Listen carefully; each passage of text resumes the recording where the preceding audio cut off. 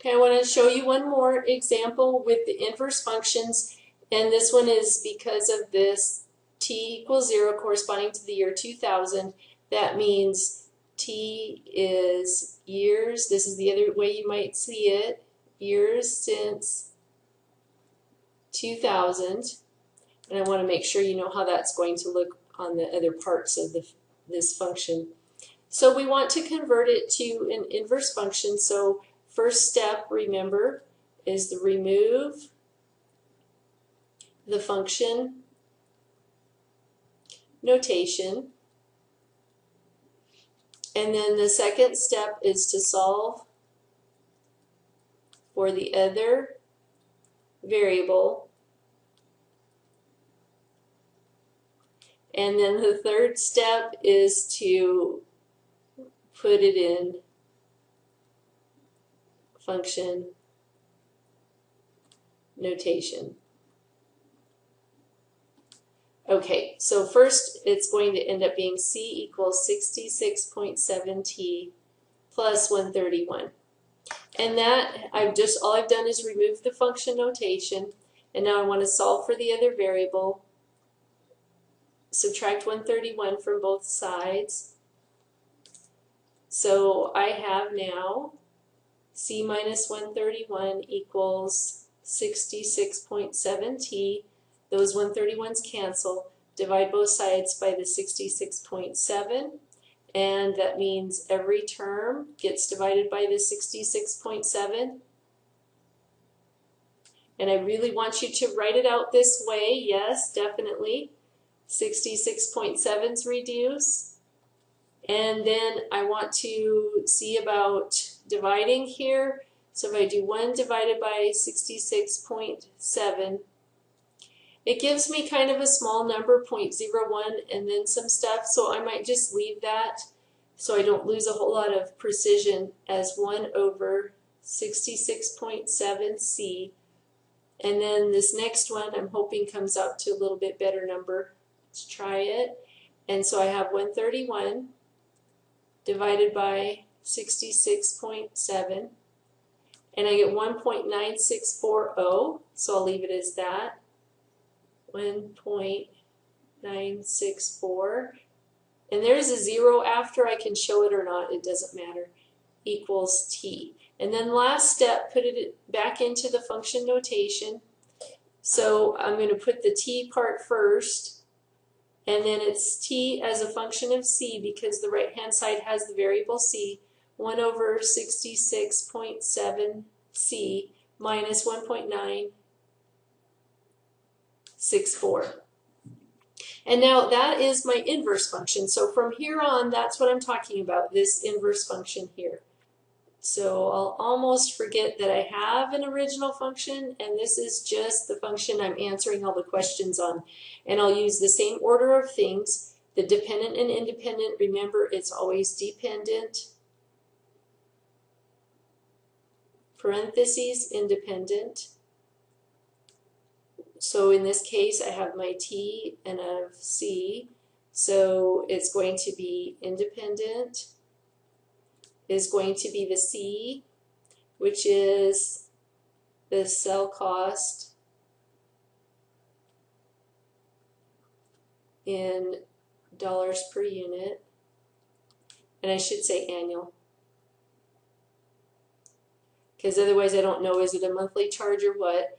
And then the dependent is the t, which is the one out front now, dependent, and that is years since 2000.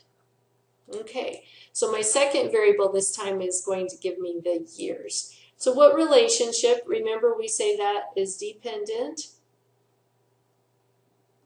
by independent. Okay, so my dependent was my t, and so the t was the years since 2000. So when I'm talking about the relationship, it will be years by annual cell service cost. So the independent was cost, So year by annual cell service cost.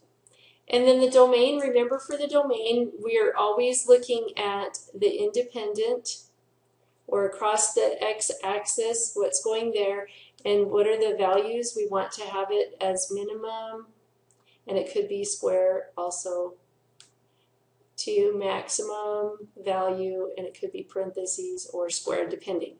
And to find that, we usually want to come back to our original function. This is the one time we want to remember that we did have an original, and t equals 0 was the very first year that we could use this function. And when we plug in 0 for t, remember we got 131, so that's handy to remember. So c of 0 gave us 131. And when we have that c of 0 is 131, then down here we know that 131 is our minimum cost for a cell phone. And if you think about it, that when you do go to buy a cell phone, you have to pay a setup fee. And the setup fee is what that $131 represents. So even though you didn't get your cell service yet, before you do anything else, you have to pay that setup charge. And that's the case on a lot of functions. There will be a setup fee or some materials and equipment and so forth. So you'll have to have some kind of fee even before you get a shirt printed or before you get your cell phone service or your cable service, because there's a setup fee for that too.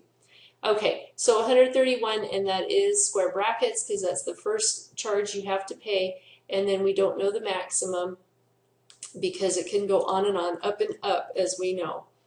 So complete the chart, plot the points, and so forth. So we want to write in year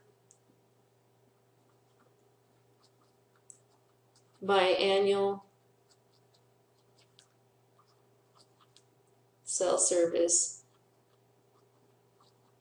cost.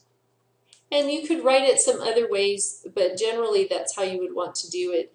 That means that down here, this is going to be the cost in dollars per unit. And this one is going to be the years since 2000. And I hope you're getting used to this one being dependent so that you don't have to write it every time. So you don't have to write it every time, but maybe you'll write it some of the times. And then this one is independent.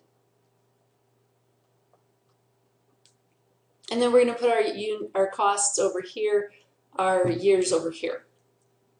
Now this one's a little bit different because we do have the association from years to cost and so forth. The cost, first we want to put the 131 because that's our smallest and it comes from this domain. And we know that when we plug that in, we should get something very close to 0. Let's check it. So our function, let's see if I can copy that function first and move it for us. There we go. And we'll copy, paste it down here. Be good if you rewrote your function there if you can't see it very clearly from where you're working as well. And so there's my function, and then I want to plug in 131 times 1 divided by 66.7, and I get 1.964, and then remember I have to subtract off 1.964, which is handy, and this tells me that it's a very, very small number because I have to move my decimal left 5 places. Remember, this is scientific notation, so it's all zeros out in front, which is good. So that means that this number is very, very close to 0, and 0 for the time, remember, is years since the year 2000, and we're 0 years after 2000, so our year is actually 2000 itself. And then we want to look at some other costs. If we jump ahead, we want to look at 1,000 and we want to look at 1,500. So we'll come back here. So maybe I'll go up by 500s for costs. And I could go further if I wanted to. Now I want to do some calculating and see what my numbers are coming out to. So 500, remember times 1 is just going to give me times 1, so I'll divide by 66. It's just going to give me the 500. So I'll divide by the 66.7, and I get 7.49, subtract off that 1.964, and I have 5.5 basically. So for 500, I have 5.5. And that means 5.5 years after 2000. So I'll do 2000 plus 5.5. And so it's going to give me 2005.5, or halfway through 2005. And then I can plug in 1,000. I'm going to skip ahead and do the 1,500. Divided by 66.7, and then subtract off the 1.964, and I get 20.5. And same thing, add that to the year 2000, and I get 20.5. So time, this is years since 2000, and this is annual cost. Okay, annual cost in dollars per unit. Okay, then when I go to graph these, I can look at my scale and figure out my C's, which are across the bottom, have to be from 131 to 1,500. So I'm thinking 1, 2, 3, 4, maybe go over 500 here. 1, 2, 3, 4, 1,000. 1, 2, 3, 4, 1,500. And I could go further if I wanted to. Remember, always start at 0 on the left. This first one I just want to show you. So let's see if we can go 0 to 20. So maybe we could go by 1, 2, 3, 4, 5. Right there, we could go up by 1, 2, 3, 4. There's 10, 15, and there's 20. So 20 years since 2000, that's 2020 right up there. So 131.0.